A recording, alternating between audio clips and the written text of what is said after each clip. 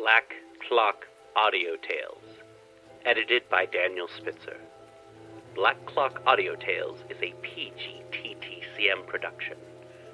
Join us in our exploration of old ghost stories, supernatural fiction, horror tales, folk tales, fantasy, the Gothic tradition, weird tales, and cosmic horror.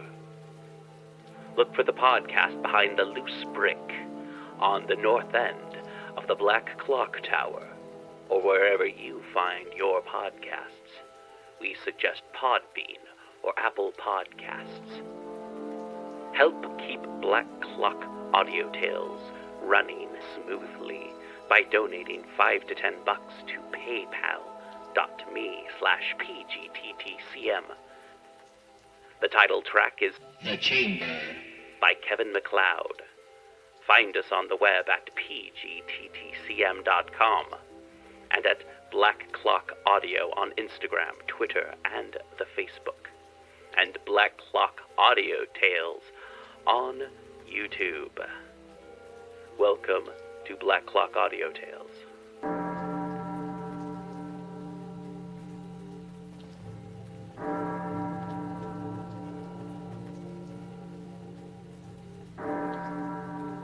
Recording by Gilles Leblanc. The Horror of the Heights by Sir Arthur Conan Doyle, which includes the manuscript known as the Joyce Armstrong Fragment. Part 1. The idea that the extraordinary narrative which has been called the Joyce Armstrong Fragment is an elaborate practical joke evolved by some unknown person cursed by a perverted and sinister sense of humour has now been abandoned by all who have examined the matter. The most macabre and imaginative of plotters would hesitate before linking his morbid fancies with the unquestioned and tragic facts which reinforce the statement. Though the assertions contained in it are amazing and even monstrous, it is none the less forcing itself upon the general intelligence that they are true, and that we must readjust our ideas to the new situation.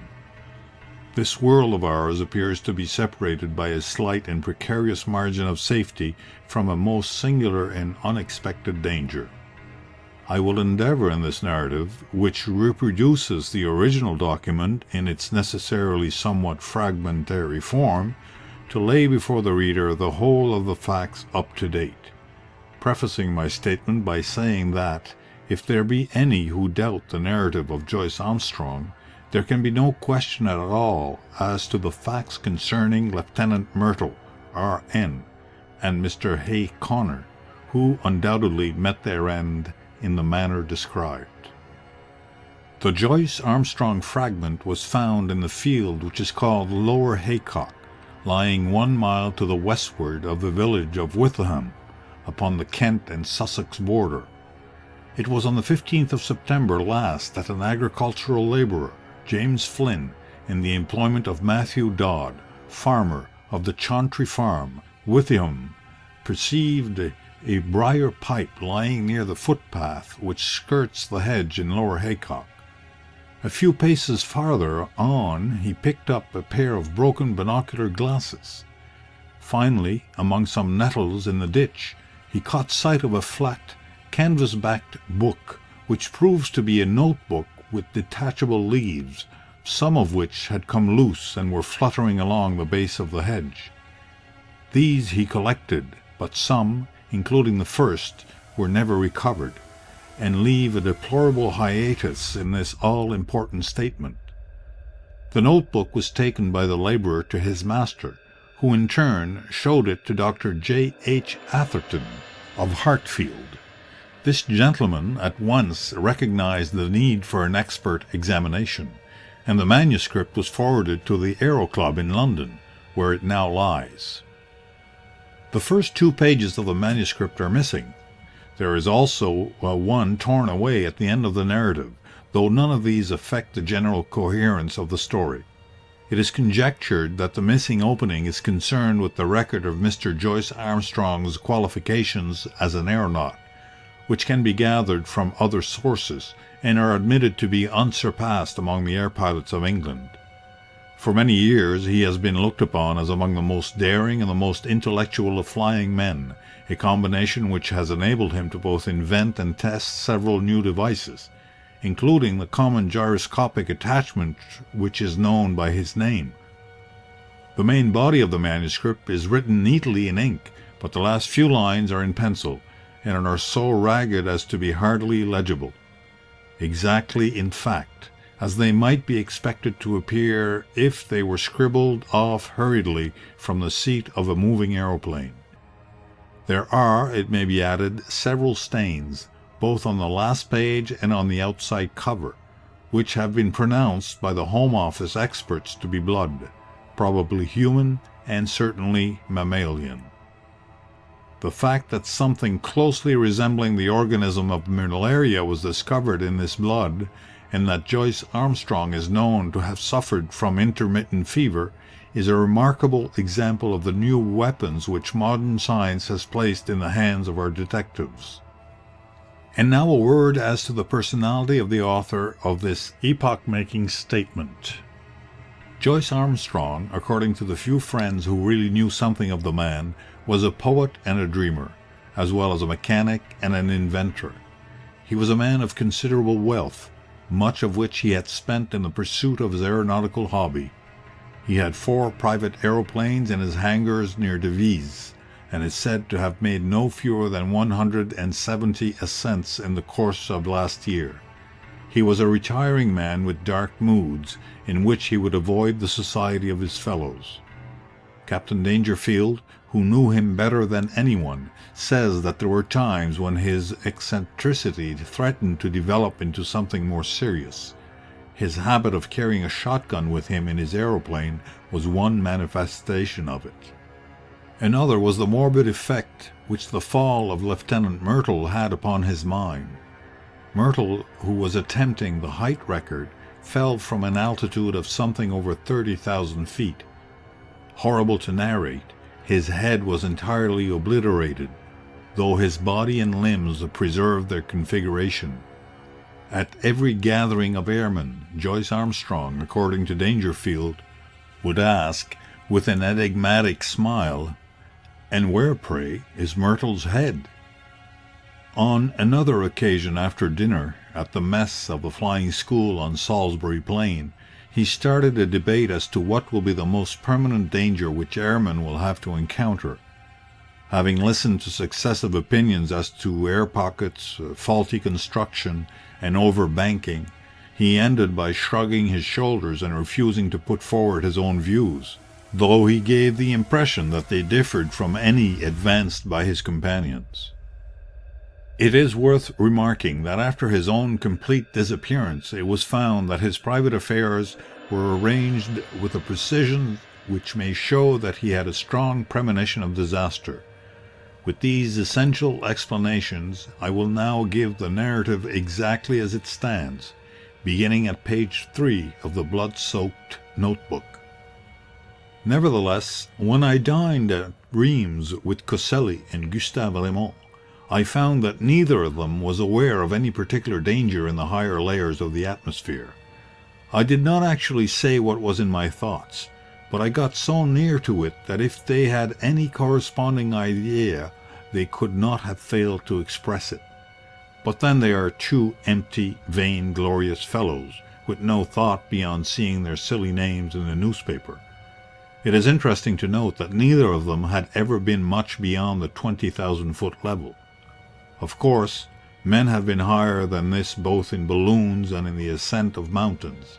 It must be well above that point that the aeroplane enters the danger zone, always presuming that my premonitions are correct. Aeroplaning has been with us now for more than 20 years, and one might well ask, why should this peril be only revealing itself in our day? The answer is obvious. In the old days of weak engines, when 100 horsepower Gnome or Green was considered ample for every need, the flights were very restricted. Now that 300 horsepower is the rule rather than the exception, visits to the upper layers have become easier and more common.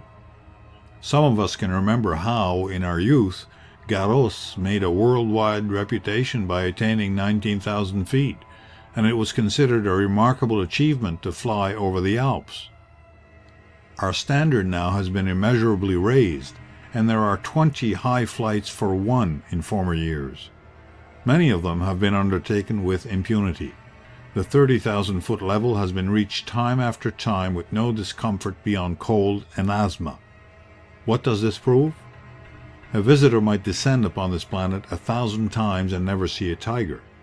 Yet tigers exist, and if he chanced to come down into a jungle he might be devoured. There are jungles of the upper air, and there are worse things than tigers which inhabit them. I believe in time they will map these jungles accurately out. Even at the present moment I could name 2 of them. One of them lies over the Pau-Biarritz district of France. Another is just over my head as I write here in my house in Wiltshire. I rather think there is a third in the Hamburg-Wiesbaden district. It was the disappearance of the airmen that first set me thinking. Of course, everyone said that they had fallen into the sea, but that did not satisfy me at all. First there was Verrier in France. His machine was found near Bayonne, but they never got his body. There was the case of Baxter also, who vanished, though his engine and some of the iron fixings were found in a wood in Leicestershire. In that case, Dr. Middleton, of Amesbury, who was watching the flight with the telescope, declares that just before the clouds obscured the view he saw the machine, which was at an enormous height, suddenly rise perpendicularly upwards in a succession of jerks in a manner that he would have thought to be impossible. That was the last seen of Baxter. There was a correspondence in the papers, but it never led to anything. There were several other similar cases, and then there was the death of Hay Connor. What a cackle there was about an unsolved mystery of the air, and what columns in the halfpenny papers, and yet how little was ever done to get to the bottom of the business. He came down in a tremendous vol plane from an unknown height. He never got off his machine and died in his pilot's seat. Died of what? Heart disease, said the doctors. Rubbish. Hay Connor's heart was as sound as mine is. What did Venable say? Venable was the only man who was at his side when he died. He said that he was shivering and looked like a man who had been badly scared. Died of fright, said Venable, but could not imagine what he was frightened about. Only said one word to Venable, which sounded like monstrous. They could make nothing of that at the inquest, but I could make something of it. Monsters. That was the last word of poor Harry Hay Connor, and he did die of fright, just as Venable thought. And then there was Myrtle's head.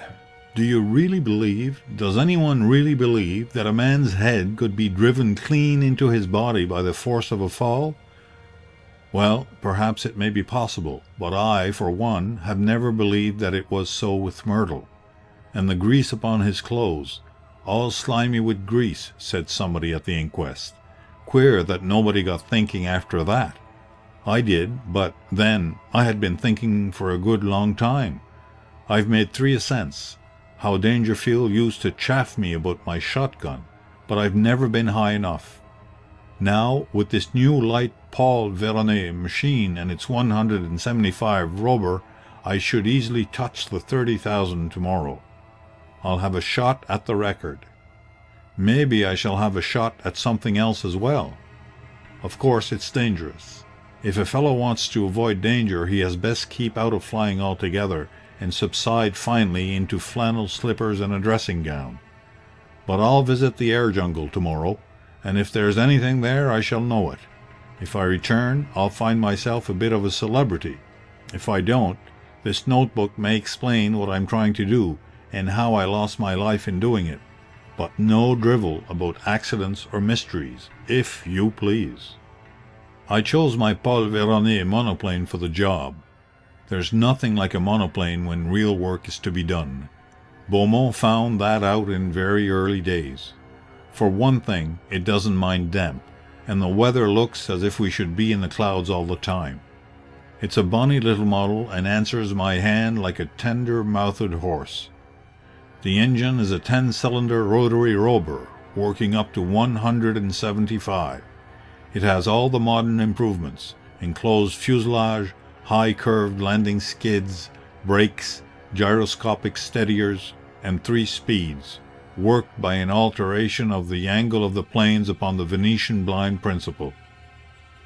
I took a shotgun with me and a dozen cartridges filled with buckshot. You should have seen the face of Perkins, my old mechanic, when I directed him to put them in. I was dressed like an Arctic explorer, with 2 jerseys under my overalls, thick socks inside my padded boots, a storm cap with flaps, and my talc goggles. It was stifling outside the hangars, but I was going for the summit of the Himalayas, and had to dress for the part. Perkins knew there was something on, and implored me to take him with me. Perhaps I should if I were using the biplane, but a monoplane is a one-man show, if you want to get the last foot of lift out of it. Of course, I took an oxygen bag. The man who goes for the altitude record without one will either be frozen or smothered, or both. I had a good look at the planes, the rudder bar, and the elevating lever before I got in. Everything was in order so far as I could see. Then I switched on my engine and found that she was running sweetly. When they let her go, she rose almost at once upon the lowest speed. I circled my home field once or twice just to warm her up, and then, with a wave to Perkins and the others, I flattened out my planes and put her on her highest. She skimmed like a swallow downwind for 8 or 10 miles until I turned her nose up a little, and she began to climb in a great spiral for the cloud bank above me. It's all important to rise slowly and adapt yourself to the pressure as you go. It was a close, warm day for an English September, and there was the hush and heaviness of impending rain. Now and then there came sudden puffs of wind from the southwest, one of them so gusty and unexpected that it caught me napping and turned me half round for an instant. I remember the time when gusts and whirls and air pockets used to be things of danger, before we learned to put an overmastering power into our engines. Just as I reached the cloud banks, with the altimeter marking 3,000, down came the rain. My word, how it poured! It drummed upon my wings and lashed against my face, blurring my glasses so that I could hardly see. I got down on a low speed, for it was painful to travel against it. As I got higher it became hail, and I had to turn tail to it. One of my cylinders was out of action, a dirty plug, I should imagine, but still I was rising steadily with plenty of power. After a bit the trouble passed, whatever it was, and I heard the full, deep-throated purr, the 10 singing as one. That's where the beauty of our modern silencers come in. We can at last control our engines by ear. How they squeal and squeak and sob when they are in trouble. All those cries for help were wasted in the old days, when every sound was swallowed up by the monstrous racket of the machine. If only the early aviators could come back to see the beauty and perfection of the mechanism which have been bought at the cost of their lives. About 9:30 I was nearing the clouds. Down below me, all blurred and shadowed with rain, lay the vast expanse of Salisbury Plain. Half a dozen flying machines were doing hack work at the 1,000-foot level, looking like little black swallows against the green background. I dare say they were wondering what I was doing up in cloudland. Suddenly a grey curtain drew across beneath me, and the wet folds of vapour were swirling round my face. It was clammily cold and miserable, but I was above the hailstorm, and that was something gained. The cloud was as dark and thick as a London fog. In my anxiety to get clear, I cocked her nose up until the automatic alarm bell rang, and I actually began to slide backwards. My sopped and dripping wings had made me heavier than I thought, but presently I was in lighter cloud, and soon had cleared the first layer. There was a second, opal-coloured and fleecy. At a great height above my head, a white unbroken ceiling above, and a dark unbroken floor below, with the monoplane labouring upwards upon a vast spiral between them. It is deadly lonely in these cloud spaces. Once a great flight of some small water birds went past me, flying very fast to the westwards. The quick whir of their wings and their musical cry were cheery to my ear. I fancy that they were teal, but I am a wretched zoologist. Now that we humans have become birds, we must really learn to know our brethren by sight. The wind down beneath me whirled and swayed the broad cloud plain. Once a great eddy formed in it, a whirlpool of vapor, and through it, as down a funnel, I caught sight of the distant world. A large white biplane was passing at a vast depth beneath me.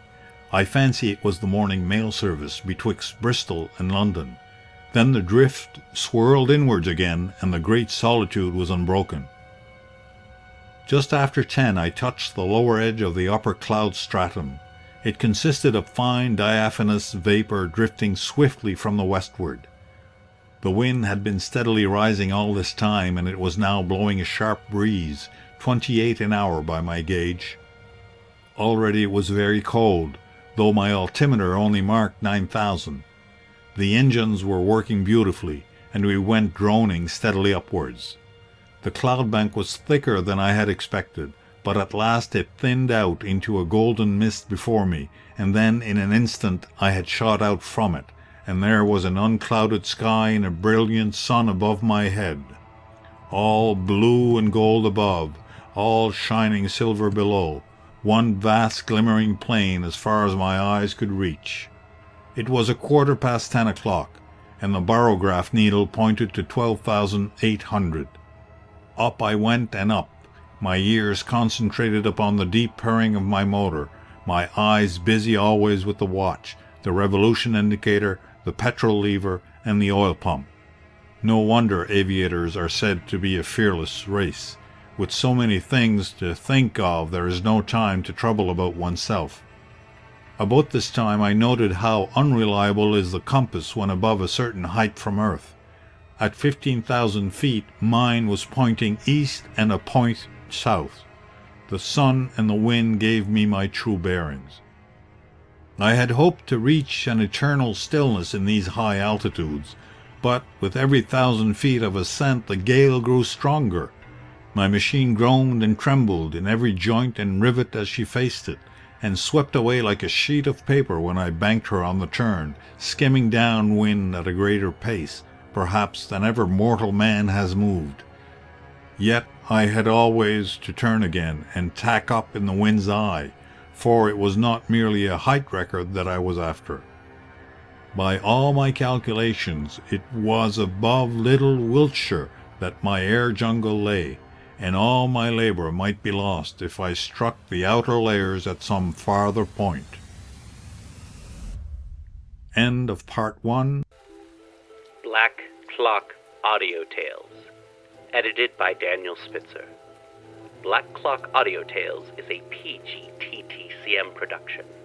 Find us on the web at pgttcm.com and at Black Clock Audio on Instagram, Twitter, and the Facebook, and Black Clock Audio Tales on YouTube.